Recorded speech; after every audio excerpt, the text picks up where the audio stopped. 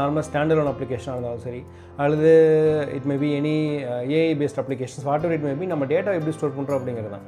So Java அப்படிங்கிறது ஒரு language. அந்த லாங்குவேஜ்லேருந்து டேட்டா ஸ்டோர் பண்ணுறது அப்படிங்கிற டேட்டாபேஸ். இந்த டேட்டாபேஸ் எக்ஸாம்பிள் வந்து பார்த்திங்கன்னா MySQL, Oracle, போஸ்ட்கிரஸ், இந்த மாதிரி ஏகப்பட்ட டேட்டாபேஸ் இருக்குது. இன்றைக்கி நம்ம பார்க்க போகிறது வந்து பார்த்திங்க அப்படின்னா MySQL. ஸோ இந்த MySQL பண்ண போகிற ஸ்டெப்ஸ் தான் வந்து பார்த்திங்கன்னா எல்லாத்துக்குமே வரும். நீங்கள் Oracle கனெக்ட் பண்ணுறதாலும் சரி, இல்லை போஸ்ட்கிரஸ் கனெக்ட் பண்ணுறதாலும் சரி, இல்லை MongoDB கனெக்ட் பண்ணாலும் சரி, எல்லாத்துக்குமே வந்து பார்த்திங்க அப்படின்னா ஃபஸ்ட்டு வந்து இதே ஸ்டெப்ஸ் தான். ஓகே, ஸோ டேட்டாபேஸில் நம்ம என்ன பண்ணலான்னு பார்த்தீங்க அப்படின்னா, ஒரு நார்மலாக ஒரு ஃபைல் எடுத்திங்கன்னா நம்ம என்ன பண்ணுவோம் அப்படின்னா அதான் நம்ம பண்ணுவோம் ஆக்சுவலாக. விச் மீன்ஸ் இதுக்கு வந்து CRUD ஆப்ரேஷன்ஸ் அப்படின்னு சொல்லுவாங்க ஆக்சுவலாக.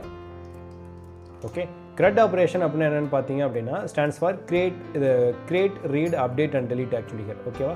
ஸோ CRUD ஆப்ரேஷன் அப்படிங்கிறது என்னென்னு பார்த்தீங்க அப்படின்னா create, read, update, delete. Which means ஒரு டேட்டாபேஸில் ஒரு டேட்டாவை கிரியேட் பண்ணுறது, ப்ளஸ் அந்த டேட்டாவை ரீட் பண்ணுறது, தென் அந்த டேட்டா எதாவது அப்டேட் பண்ணுறது, இல்லைன்னு தேவையில்லை அப்படின்னா டெலீட் பண்ணுறது.